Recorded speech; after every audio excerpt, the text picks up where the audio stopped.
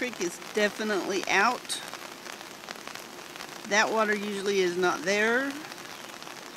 The water to the right is the real creek. This water down here is what has come out of the creek in our back area. The far water is the running creek.